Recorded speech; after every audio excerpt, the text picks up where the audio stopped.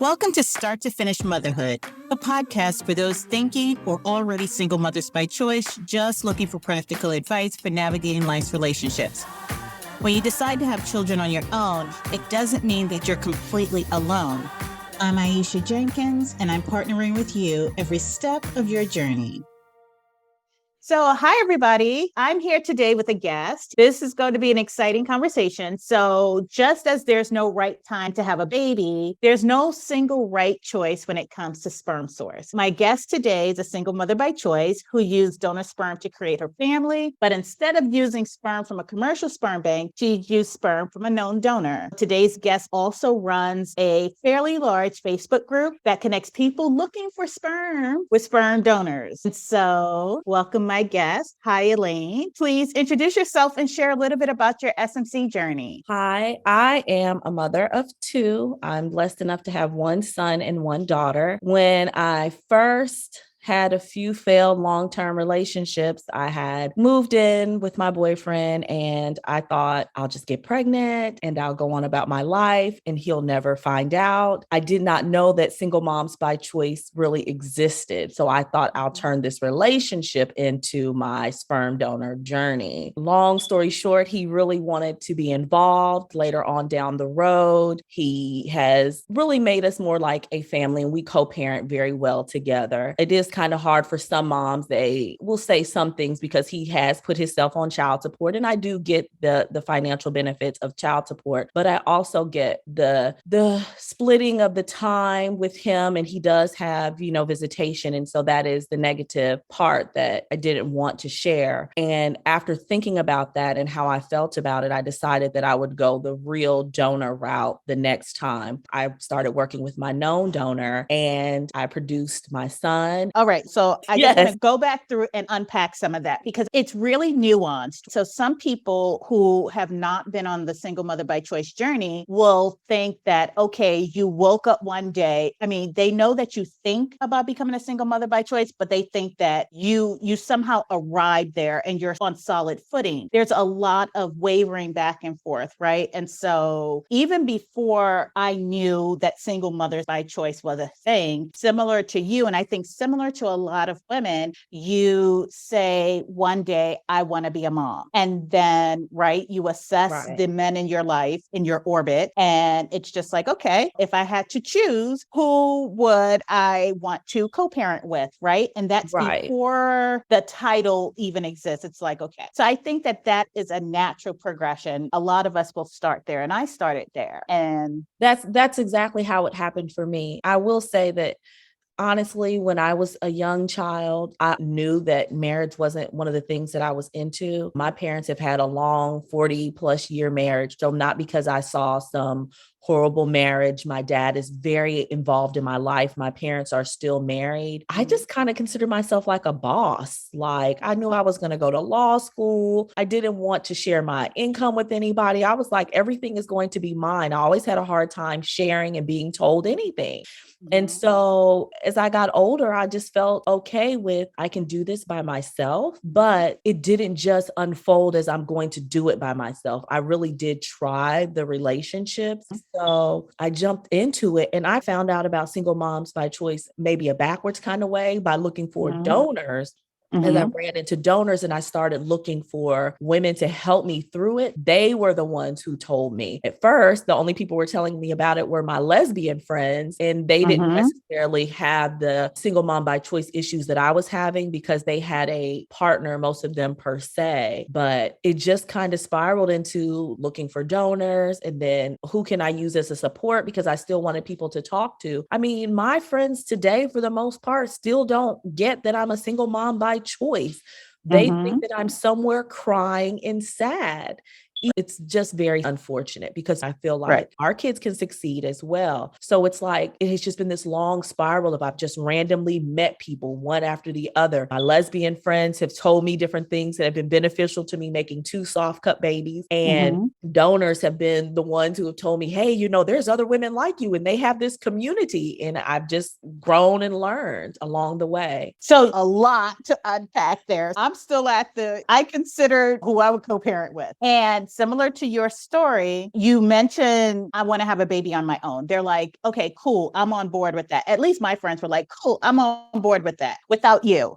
Then the pause, it's just like, huh. And so then they move past that point without them. Then it's just like, yeah. And all the plans that they have for the kid. And it's just like, without you. Right. At some point, you realize there's that disconnect, that hole without you. So eventually, I decided to go with a sperm bank donor. But also, similar to you, I was on the internet. I think I started on Baby Center, and I'm just like, where do I get started? How do I get started? And the women there were just like, they're single mothers by choice communities. You need to get an RE. And I'm like, what's an RE? And so this might have been back in like 2010. So then it was actually the community helping you along. Right. So yeah. And still, I don't think that my friends, I mean, they've seen and witnessed me being a single mother by choice. I don't think that they are like poo-pooing, thinking that I'm in a corner. They've actually gotten involved, and it's just like loving on my kids. All right. Tell me about the known donor group that you admin. I admin about 5 groups. My largest 2 have probably over 20,000 members, of course, the majority of which are men. And I always kind of want to guide women. When I first started the journey, I had women who were helping me. But what I noticed is the women leave, but the men stick around because it's beneficial to them. The women get pregnant, they get their family, and they move on. And there's no one in the group to help you with the process other than your donor. And I started meeting donors who I would consider safe, reliable, ethical. They're AI only, meaning artificial insemination only. They have their STD paperwork. Maybe they've gone through IVF and IUI with other recipients. And so because I got so much information from them on everything from how to read a semen analysis, what should be happening during my IUI IVF process, I decided to write it down and share it with others. Groups that don't have female admin and moderators are at a disadvantage, where the donors are allowed to say whatever they want and lie and tell women that NI or natural insemination is the best and fastest method. And I always say I'm 40 and I've had 2 soft cup babies. It is very possible. I don't want women to be lied to. I don't want them to be given misinformation. I read these medical journals. I share them. I offer classes to women to show them how to use the soft cup. I just try to be that voice for women in the groups. I mean, no group is 100% safe. You have to do your due diligence, find a donor, see his ID, they run a soft background check. You have to do as much legwork as you can, because we're not the police. We're just a platform to kind of get you started in the right direction. Okay, so let's take a step back, because that's one of the questions that I have. You said that you had 2 soft cup babies. Now, I know what you mean by that, but can you explain to our listeners, what do you mean by soft cup babies?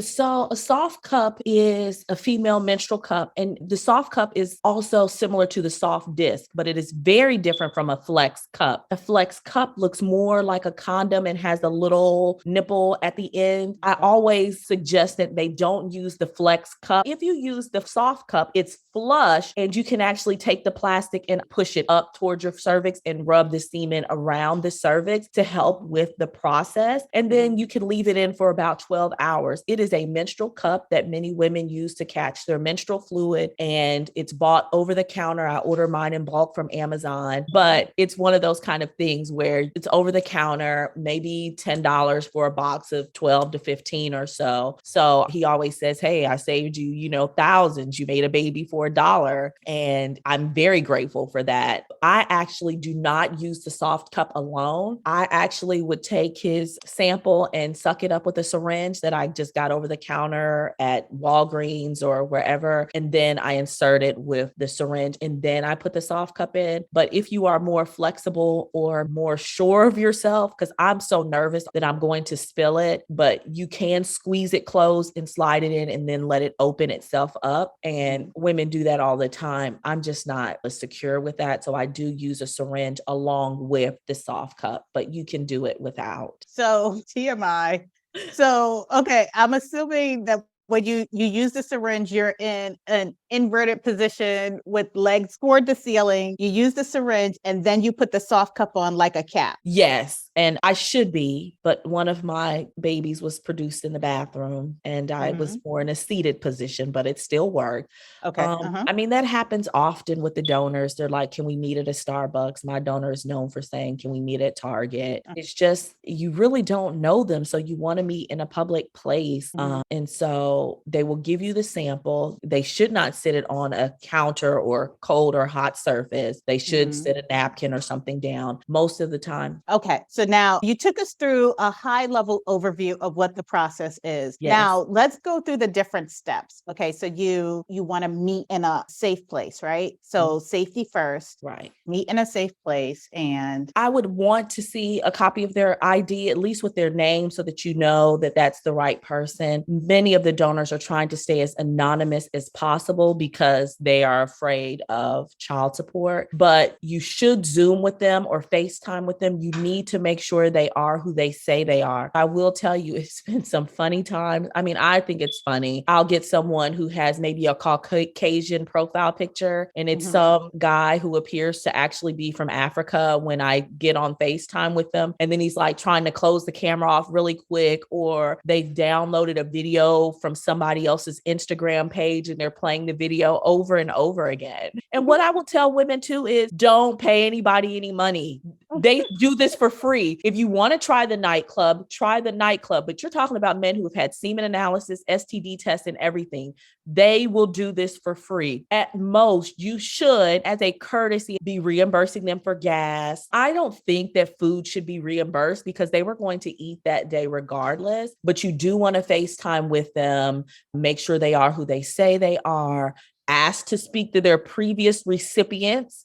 And it's even better if they have a picture of them with the recipient or with that child that you are pretty sure is their child. You want to search for them in the donor group, see who has tagged them in thank yous and things like that. And if you are going to pay someone, because some donors do ship, you need to reach out to someone who is an admin of the group because shipping is so specific. And I would say basically trained on how shipping should work. I am very versed in it. I can tell you whether or not a donor can ship and give you a successful pregnancy or not. There's very few that can. And I will tell you now, shipping is expensive. Be prepared to spend somewhere between $300 to $500 for a shipping success. But the donors who are good at it and are successful and trustworthy are highly successful at it. One of the donors that I actually vetted had a success from his home in Georgia to a woman in Puerto Rico. And he still talks about that to this day. And he is the one who taught me long before he had that success, how shipping works. This is what should be done, all the ins and outs. I mean, I could go all day explaining shipping. Elaine, is it a shipping kit that you get, like with dry ice? Yeah, so it definitely needs to come to you on ice, and they need what you call a yolk buffer. So when you get your kit, it usually comes with a styrofoam box if you're buying a full kit.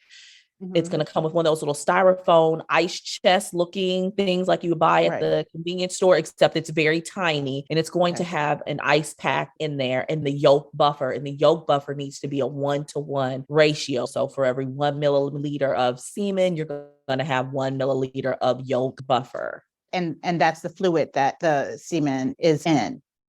Exactly. And they have to keep in mind that it's only going to live 24 hours from the time it leaves their body. And that's if they put it on ice and mix the yolk buffer and do everything perfect. So now we have the sperm sample. If it's being shipped, we have all of the verification procedures before you meet up with the donor. Now we Skyped, we've met up with the donor. And then what happens? It depends really on your comfort level. I would suggest taking a friend along if you can find one. I wasn't lucky enough to be able to find a friend to come along. I also, as another added measure of protection, the very first time I met my donor, I did not meet him in the city where I lived because I also didn't feel comfortable. I met him out of town, just for more anonymity and to protect myself. And then we met at a hotel. So many people do that just so they have the comfort of being able to lie down and things like that after the fact. Okay. You go with your sock cup. I had a whole kit because I had actually bought a kit on eBay that this lesbian couple had told me to get. So I had my whole kit. I hadn't even opened it up, even though the donor said, make sure you try everything out before you do it.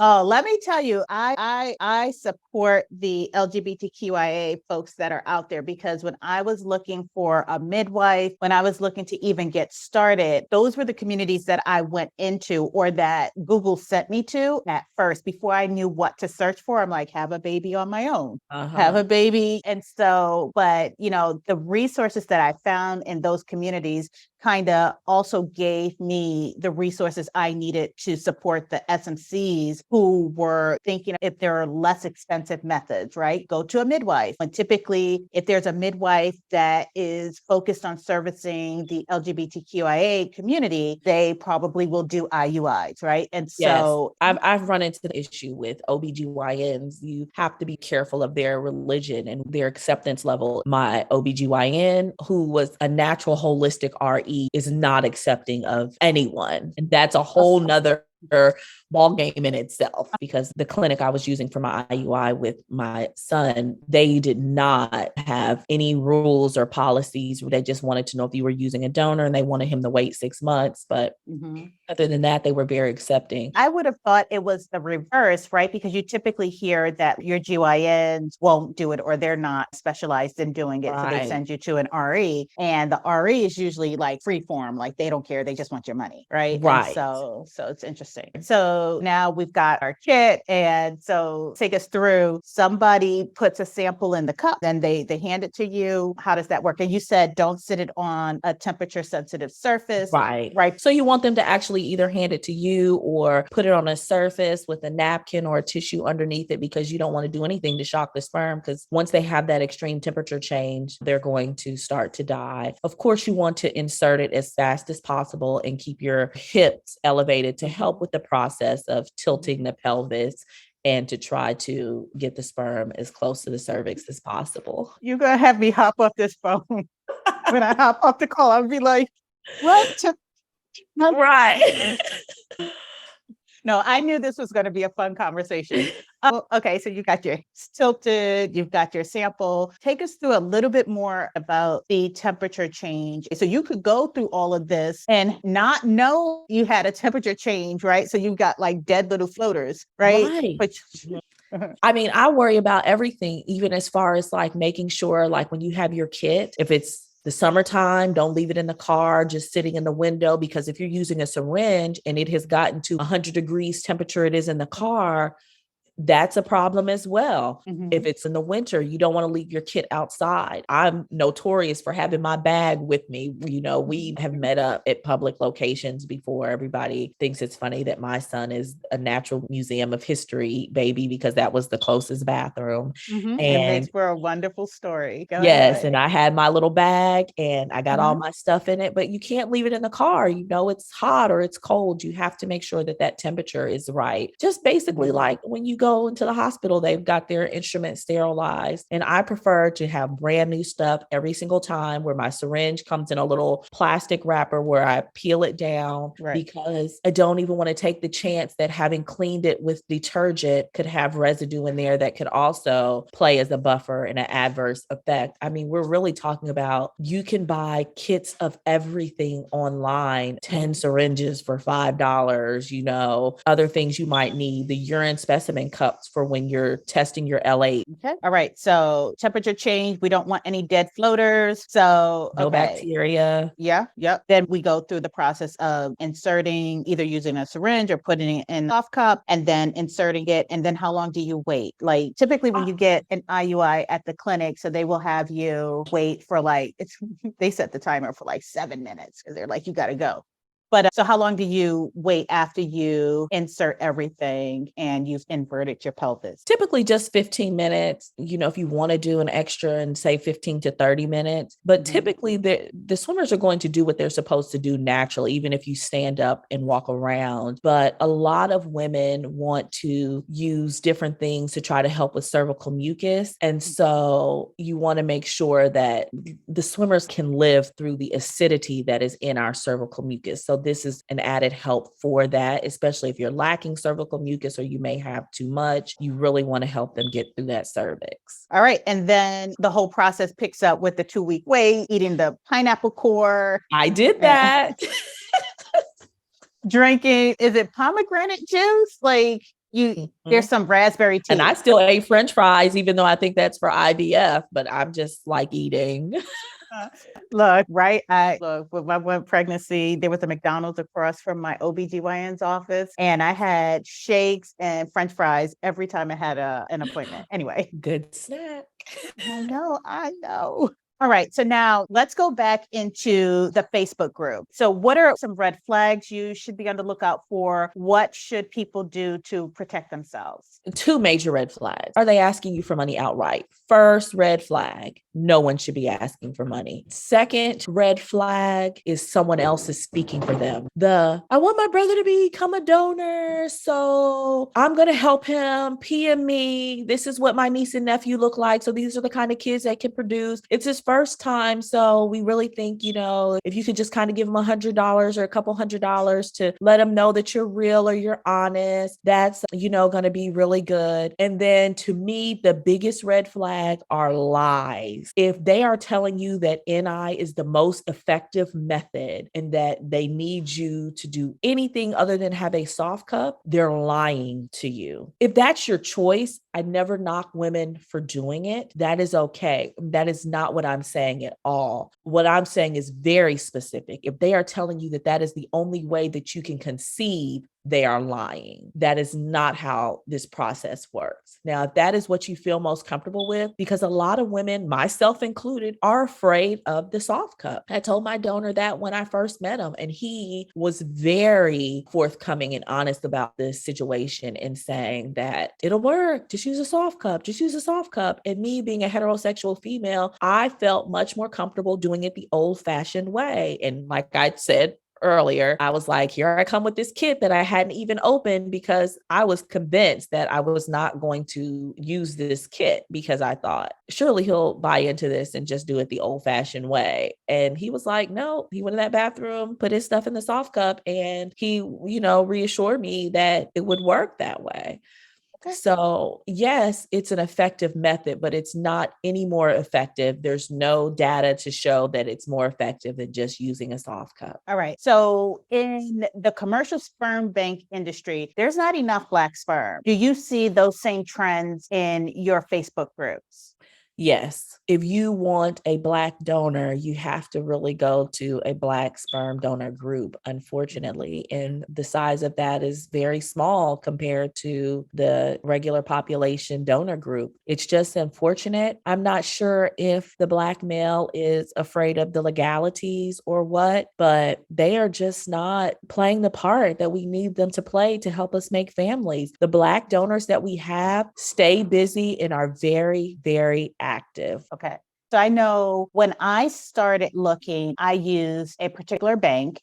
And when I searched for Black donors based on my criteria, I ended up with 6 donors. And then when I put in open ID, I got 2. So what's the order of magnitude? When you say small, is it 30? Is it 6? I couldn't really give you numbers, but if I could name donors off of the top of my head, African-American reliable donors, I could probably give you 5. Okay, so then it's pretty much comparable, because I think people who are not familiar with the known donor groups would assume that the known donor groups, with it being less regulated and less tied to FDA, that there would be more of a willingness to donate, because the sperm sperm banks will be like, you have all of these hoops that you have to go through. So then people would think, well, in the sperm donor groups, you're not going to get that. So we should see more Black donors. I honestly think that part of it is in our community, just the lack of healthcare. Because when I have run into African-American donors, one of the complaints that I will get from recipients is they don't have a semen analysis. They don't have STD testing, whereas a lot of the Caucasian donors, they have those things immediately and they're readily available. And so I thought maybe that's part of the issue. So I tell my friends or recipients who come to me, offer to pay for their testing, suggest the health department, suggest places for them to go. I said, especially if you go into the public sector, you could pay for them to have an account and everything could be billed directly to you, because you might have to pay for their semen analysis or STD testing. And I highly suggest that as the safety measure as well, to pay for those things for them or give them a reimbursement, because you want to be safe, with your health and everything anyway. But I thought maybe that was one of the factors. Okay. So what are the requirements for people to join the known donor group? Well, we do have a list of questions that we want them to answer and to be forthcoming. It's, of course, on an honesty system. We don't police anybody or check their ID. We do try to do a Zoom call with as many of the male donors as we can. The female recipients, we really don't ask anything of them except that they answer the questions. When we do have issues with them, that's when we do more with the women. The main issue we've had with the women, there's been several occasions, is the advertising for the donors and asking for money. But for the most part, women who join are desperately trying to have a baby. The men, that's who we become vigilant about. Hey, some things have come into question. Can we time with you? You slip through.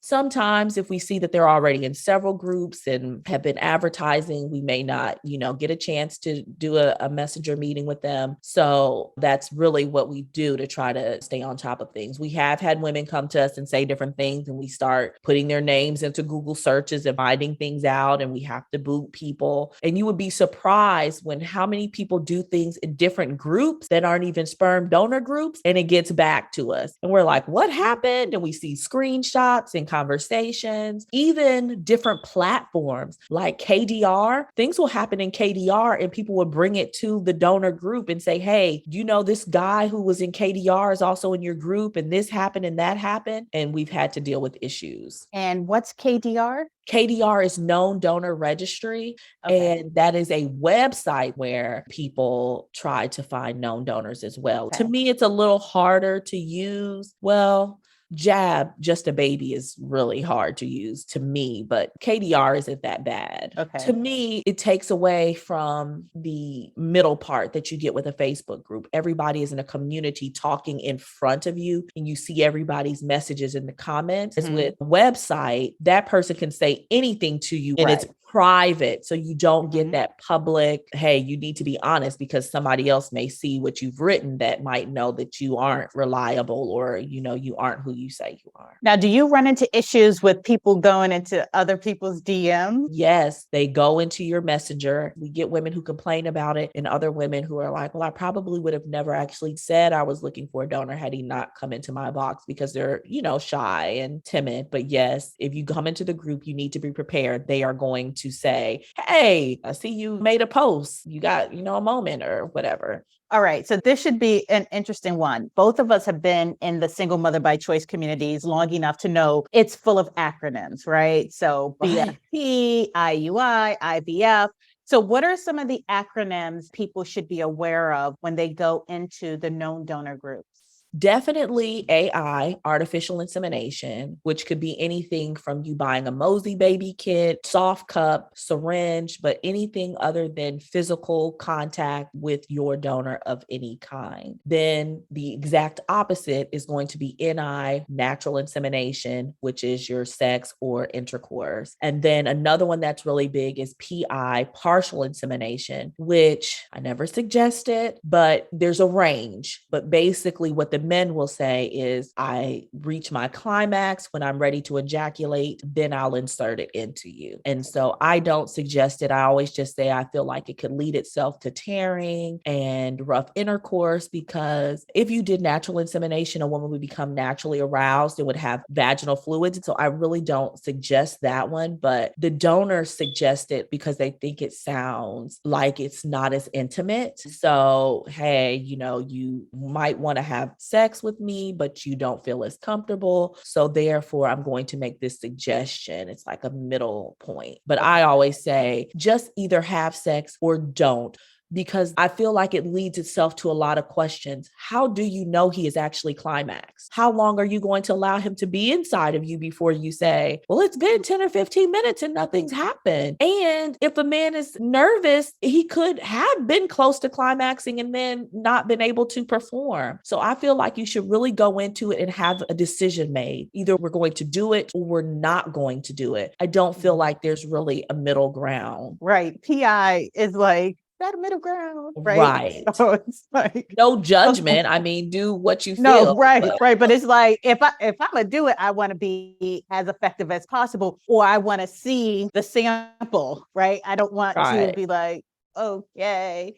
So what are some tips and tricks? Obviously, you've been successful using the soft cup. You have your backpack that you travel with. What do you think is the secret to your success? And then what tools do you use? Okay. Knowing your body. The LGBTQIA community is going to be very beneficial in helping you learn about your body if you aren't already self-aware. You need to go ahead into your OBGYN, get that pap smear, have an ultrasound, have them look for fibroids, polyps, anything that could be going on. Don't be afraid to get yourself tuned up, cleaned up. I had a myomectomy before I had my son. They removed 2 of 3 fibroids. There were many cysts that were removed. And when they told me I could try on the 3rd cycle, I had immediately conceived. I also had my tubes checked for blockage. And I will say this, my insurance didn't cover anything, but many insurances will cover at least for you to get your tubes checked and to get a pap smear, get fibroids removed, those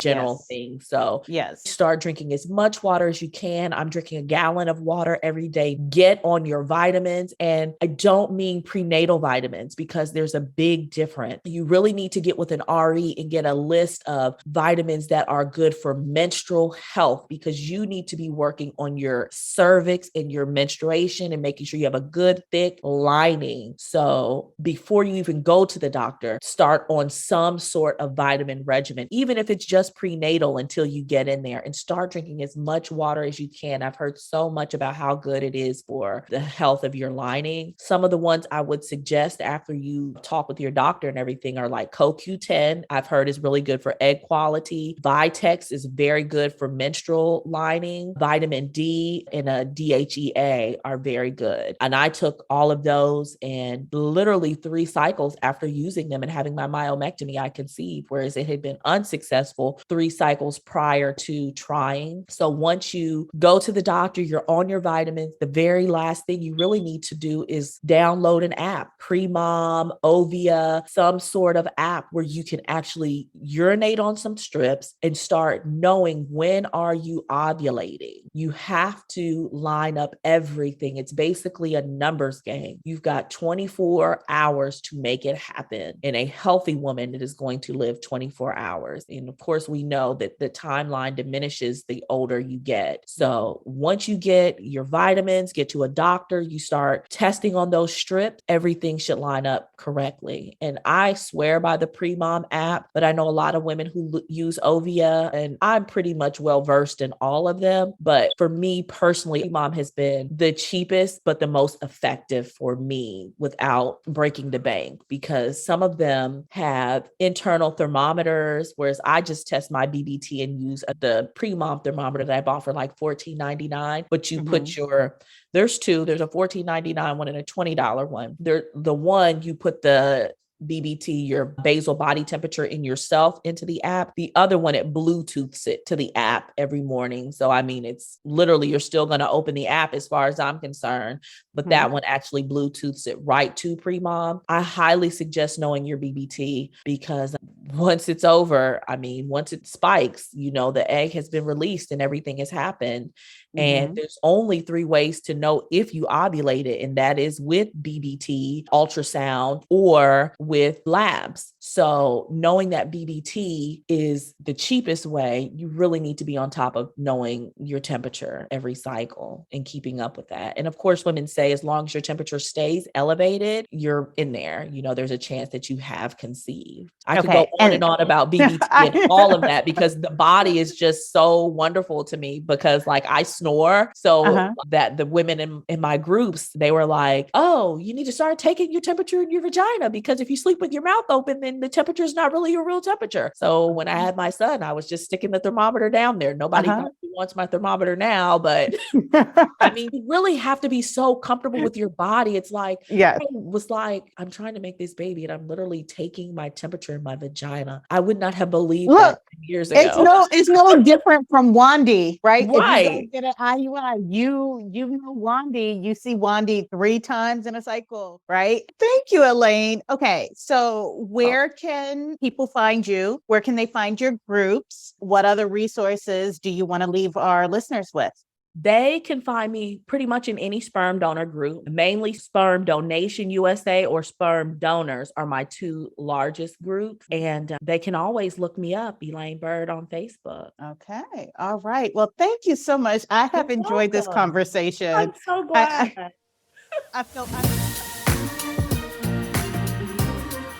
Thanks for listening to Start to Finish Motherhood with Aisha. If you want to keep the conversation going, follow Start to Finish Motherhood on Instagram, or email me at aisha@starttofinishmotherhood.com. If you love this episode, please share it with anyone who's thinking of becoming a single mother by choice, anyone who's already parenting as a single mother by choice and just looking for advice on navigating it all, or a friend or family member who's looking to support someone else's single mother by choice journey. Until next time, bye now.